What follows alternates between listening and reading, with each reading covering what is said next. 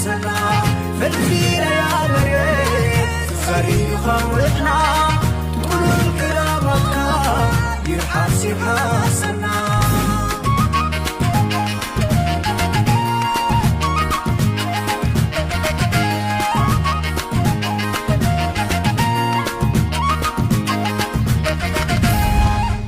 سلام تغطيتي مدبات فنجليري ميديا كميت عادرو نلوم صوني إسران حمشتن قنبت بقدم هاي تحستا مدبات قريبا لخو نمكتالكم بخبري عدم سناي مكتال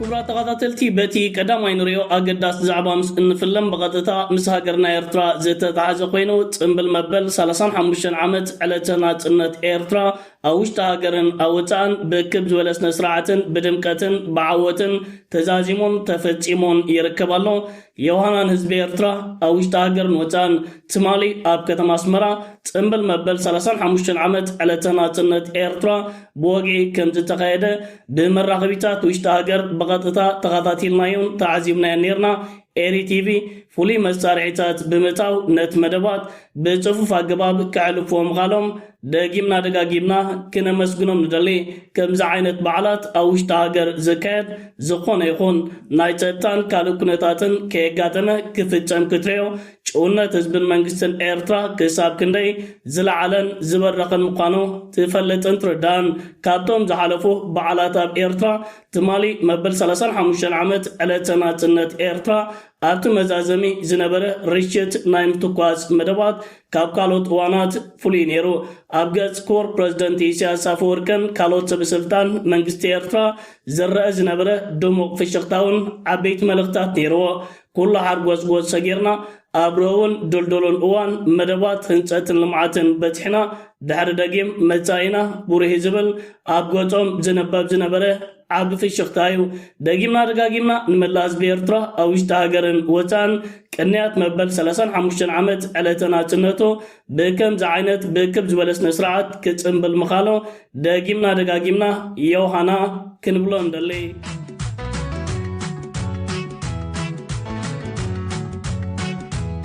كبرى تغطيتي نابتي كالاي نريو أقداس زعبا مس نسجر تمالي أب قرناتات كتما اسمرا نحاقوس رشت إنات تقوسة أب قرناتات كتما ديسابان كالوت كتماتات نايتيبيا سرعات بالتقنان كومون أكالات تون أبلعلي عوت أرسنال زيت أمبولوز نبرو تولت إيتيبيا تخصب مخفات نقل يوم كوصلوهم أبلعليهم كا قرات كوردو كنزترايو زيت فلالي فيديوتات ኣብ ማሕበራዊ መራኸቢታት ወፂን ተዘርጊሖም ይርከባሉ ብፍላይ ኣብ ከተማ ኣዲስ ኣበባ ነቲ ዓወት ንምፅምባል ኣብ ልዕሊ ዝተኣኻኸቡ መንእሰያት ዝተኸፍተ ተኹሲ ብመልክዕ ቪድዮታት ኣብ ማሕበራዊ መራኸቢታት ወፂን ተዘርጊሖም ይርከባሉ ኣካላት ፀጥታን ፖሊስን ስርዓት ብልፅግና እቶም ዝተኣኻኸቡ መንእሰያት ስጋት ስለ ዝፈጠርሎም ከምዚ ዓይነት ስጉምታት ከም ዝወሰዱ ካብ ኢትዮጵያ ፀብፃባት ይወፅእ ኣሎ ኣብ ኢትዮጵያ ከምዚ ዓይነት ምትእኻባት እንተጋጢሙ እቶም መንእሰያትን እቲ ህዝብን ኣንጻር ስርዓት ብልፅግና ዓቲቑ ናብ 4 ኪሎ ከየቕንዕ ልዕል ዝኾነ ስጋታት ስለ ዘለዎም እዮም ንዓወታት ኩዕሶ እግሪ ኣብ ልዕሊ ዝፅምብሉ መንእሰያት ከምዚ ዓይነት ብብረትን ተኹሲ ምኽፋትን ኣብ ልዕሊኦም ስጉምታት ክወስዱ ተራዮም ዝርከብ ዘለው ጎደናታት ከተማ ኣስመራ ኤርትራዊ ሸናዕ እናበለ ሓጎስ ይፅምበል ርሽት ይትኮስ ኣብ ጎደናታት ኣዲስ ኣበባ ብኸምዚ ዓይነት መንገዲ ንመንእሰያትን ህዝብን ከሰናብሩ ተኸታቲልናን ተዓዚምና ንርከብ ኣለና ክልተ ገጻት ኣብ ሓደ ምሸት ስርዓት ብልፅግና እታ ናይ ሓሶትን ናይ ድራማን ኢትዮጵያ ንህዝብታት ዓለም ንምድንጋር ን6 ዓመታት ኣብ መራኸቢታት ዝሓሰበላ እታ ሓቀኛ ገጻታ እናወፀ ይርከባሎ እዚ ቪድዮታት ትማሊ ካብ ኣዲስ ኣበባ ምስ ወፀ ዝተፈላለዩ ጸለውቲ ዝበሃሉ ጋዜጠኛታትን ፖለቲከኛታትን ናይ ዓለም ንምንታይ ኣብ ኣካላት ፀጥታ ስርዓት ብልፅግና ኣብ ልዕሊ ሰላማዊ ህዝብን ዓወታት ኣርሰናል ዝፅምብሉ ዝነበሩ ሰባት ከምኡ ዓይነት ስጉምታት ወሲዶም እቲ ስጉምቲ ከም ዘገረሞም ሪቶታት እናሃቡ ይርከብ ለው ነገረ ኢትዮጵያን ስርዓት ብልፅግናን ክሳብ ኣብ ከምዚ ዓይነት ደረጃታት ወሪዱ ይርከብ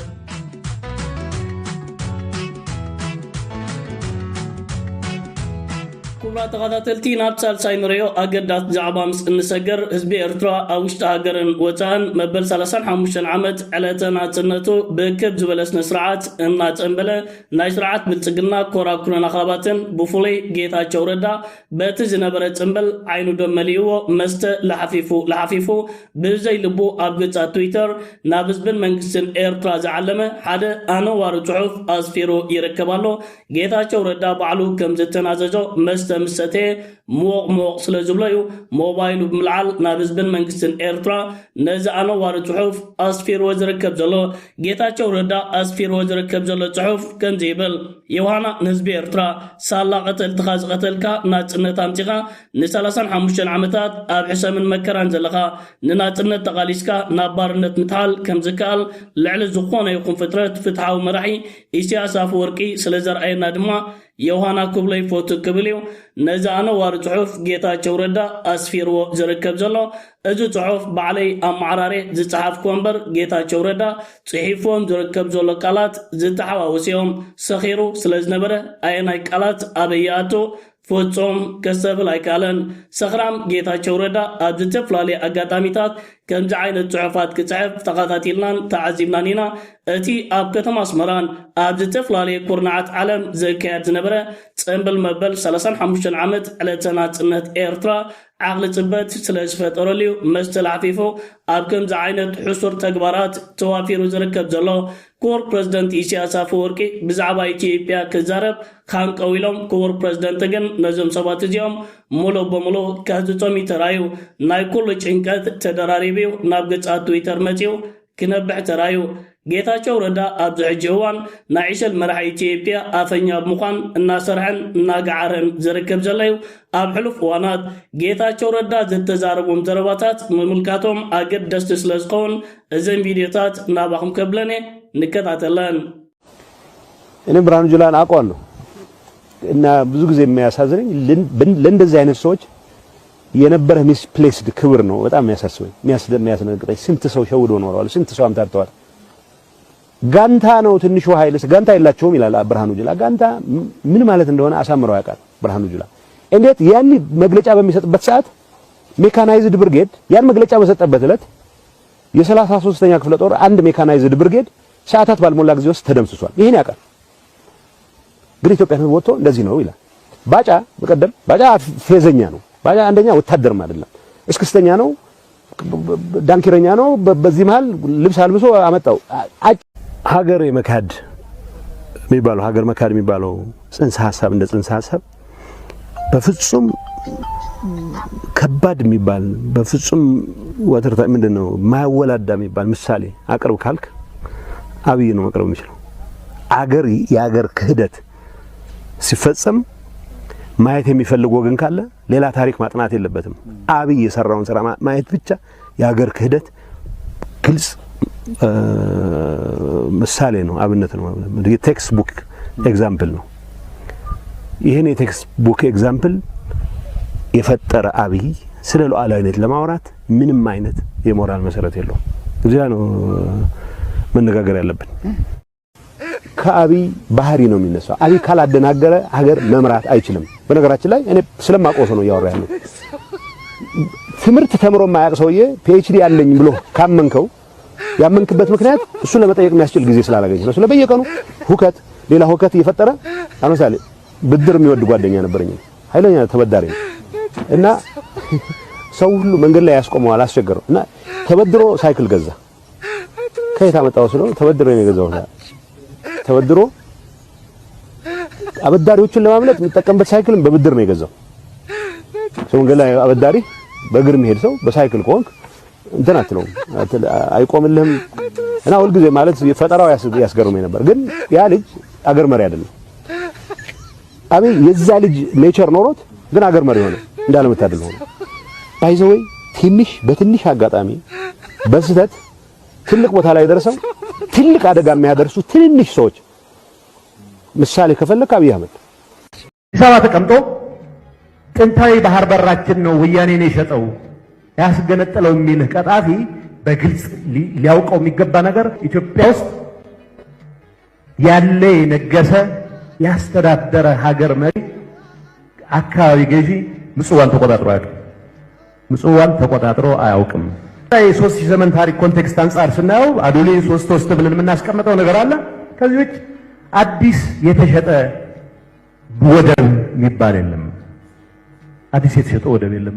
ወደቡን የኢትዮጵያ መንግስት ባለፉት 500 ዓመታት ያስተዳደረው ለ30 ዓመት ከኤርትራ ፌዴሬሽን እስከ ኤርትራ ነጻነት 1991 ድረስ። ይሄንን ማንም ታሪክ አዋቂ ነኝ የሚል የፈለገ ሊያምታታው ይችላል። እውነቱ ይሄ ሂስቶሪካል ፋክቱ ግን የኢትዮጵያ ነገስታት ቢያንስ በዚህ ሪሰንት ሂስትሪ 16ኛው ዘመን ጋማሽ ጀምሮ እስከ 1952 የፌዴሬሽን ድረስ ኤርትራ ወደቦች በኢትዮጵያ መንግስት ስር ተዳድረው አያውቁ። ይሄ ኢንኮንቪኒየንት ነው፣ ይመራል፣ ግን ሀቅ ነው። كبرى تغطاتلتي سخرام جيتاچو ردا اب لعل عشل مرحي ኢትዮጵያ ላዕሎት ወታደራዊ አዘዝትናይ ተሃገር ኣብ ሕሉፍ ዝተዛረቦ ቪዲዮታትን ቃላትን ነዚ ዝመስል ሕጅኻ መልሓሱን ሕብሩን ብምቕያር ምስኦም ኮይኑ ከውደቕደቕ ንከታተለን ንዕዘብን ኣለና። ሓደ ሰብ ኣብ ዓለም መትከል ዘይብሉ በላዒ ክልተ ጫሕሊ ዝብ ወጋዕታ እንተዳ ኮይኑ ልክዕ ከም ጌታቸው ረዳ ይዝቕየር። ጌታቸው ረዳ ዝበለ እንተበለ ዝቕይሮ ነገርን ክውንነትን የለን። ካብ ክልል ትግራይን ካብ ከተማ መቐለን ዝበርገገ ጌታቸው ረዳ ኣብ አዲስ አበባ ምዃን ከምዚ ዓይነት ጽሑፋት ክዘርግሕ ክስከፍ ነይርዎ። ጌታቸው ረዳ ካብ ከተማ መቐለ ቤናይ መንገዲ ተባሪሩን ቤናይ መንገዲ ኣሳቢብናዮም ጽቡቕ ጌሩ ይፈልጥዮ። ንሱ ጻድቃንን ኣብ አዲስ አበባ ኮይኖም ብሰንኪ ሻዕብያ ካብ ክልል ትግራይን ከተማ መቐለን ተባሪርና ክብሉ ኣፎም ሞልኦም ክዛረቡ ተኸታቲልናን ተዓዚምና ነርና። ሻዕብያ ምስጢር ሻዕብያ እቲ ዘይርአን ዘይተሓዘን ንጌታቸው ረዳ ካብ 4 ኪሎን ባራትን ከምኡውን ኣብያተ ጫት አዲስ አበባ ኣርሒቑ ክጉሕፎ ዝጽግሞ ይኮነን። እንተ ናይ ጌታቸው ረዳ ነገር ነዚ ዝመስል ዝጸገበን ዝተጸለለን ዝሰኸረን ጌታቸው ረዳ ኣብ ከምዚ ዓይነት ሕሱር ተግባራት ተዋፊር ይርከብ።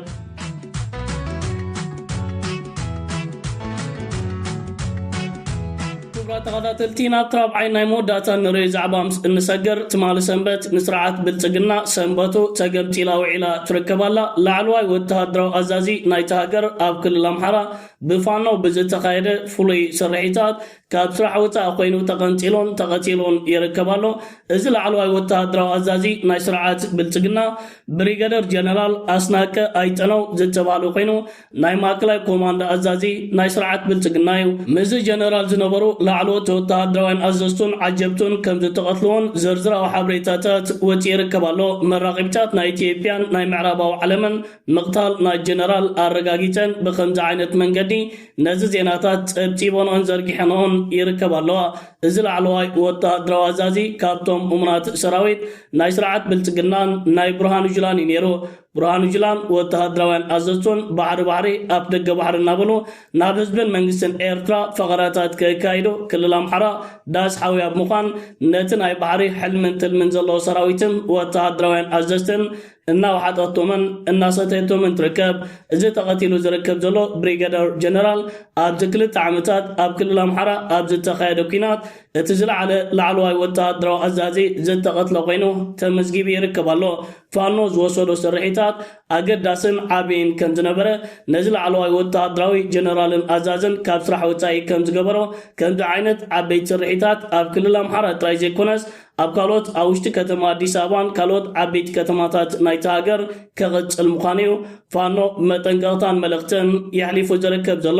ባሕርን ኣፍ ደገ ባሕርን ዝበለ ጀነራል ንወደብ ዓሰብን ከምኡውን ባሕሪ ኤርትራ ኬራየ ኣብ ክልል ኣምሓራ ተሰቲ ይርከብ። እቶም ካልኦት ወተሃደራውያን ኣዘዝቲ ናይ ስርዓት ብልጽግና ባሕርን ኣፍ ደገ ባሕርን ናይ ምባል ሕማም ዘለዎምን ዕጮም ልክዕ ከምዚ ናይ ጀነራል ከም ዝኸውን ንምርድኡ ዘጸግም ኣይኮነን። አንጻር ህዝብን መንግስትን ኤርትራ ዓጤካ ኣብ ማሕበራዊ መራኸቢታት ምዃን ክትፈክርን ክትዛረብን ትኽእል ኢኻ። ኣብ ባይታ ወሪድካ ግን ሓንቲ ነገር ክትገበር ዝከኣል ኣይኮነን። ን2 ዓመትን ፈረቓን ዘራፍ ዝበሉ ወተሃደራውያን ኣዘዝቲ ናይ ስርዓት ብልጽግናን ሰራዊቱን ካብ ክልል ናብ ክልል ኣብ ውሽጢ ኢትዮጵያ ምንቅስቓስ ሲኖም ይርከብለው።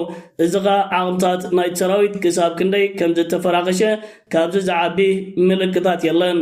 በዝኾይን በቲ ላዕለዋይ ወታደራዊ አዛዚ ማእከላይ ኮማንድ ብከምዚ ዓይነት መንገዲ ብፋኖ ካብ ስራሕ ወፃኢ ኮይኑ ይርከባሎ ንምክልኻል ስርዓት ብልጽግናን ንዕሸል መራሒ ኢትዮጵያ አብይ አሕመድን ዓብ መርድእን ውርደትን ፋኖ ልዕሊ 9 ዓመታዊት መሬት ክልል አምሓራ ተቆጻጺሩ እቲ ዝተረፈ ኣብ ትሕቲ ቁፅጥር ንምእታው ሓያል ምንቅስቃሳት የካይድ ከም ዘሎ ትማሊ ዜናን ሓበሬታን ከም ዝዘርግሐ ኣብ ዜናታት ናባኹም ኣቕሪብና ነርና ቅድመ ምርጫ ኣብቲ ሃገር ምጅማሩ ፋኖ ንክልል አምሓራ ሙሉእ ብሙሉእ ተቆጻጺርካ ዝኾነ ይኹን ምርጫ ከም ዘየካየድ ጌርካ ንስርዓት ብልጽግና እቲ ዘየካይዶ ዘሎ ምርጫ ፉሹልን ማሕበረሰብ ዓለም ከም ዘይቅበሎ ንምግባሩ ሓደ ካብቲ ከም ስትራቴጂ ሒዞ ዝንቀሳቐሰሉ ዘሎ ዓበይቲ ጉዳያት እዩ ኣብ ክልል ትግራይ ምርጫ ዝበሃል የለን ኣብ ክልል አምሓራ ፋኖ ነዚ ተሊሞ ዝርከብ ዘሎ ዕላማታት እንተዳ ተግቢሮ ኣብ ክልቲአን ዓበይቲ ክልላት ምርጫ እንተዘይተካይዶ ስርዓት ብልጽግና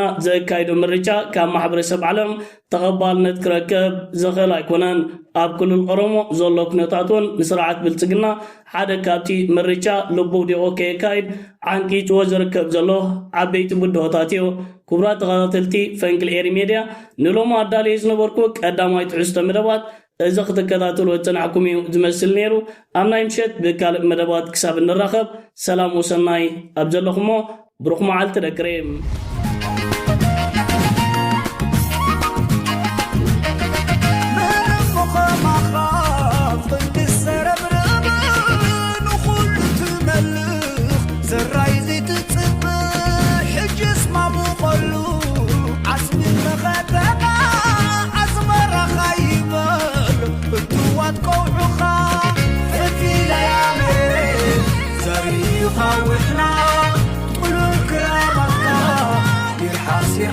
حاسنا فالفينا يا مريت صريخا وإحنا تقول الكلام يرحاسي حاسنا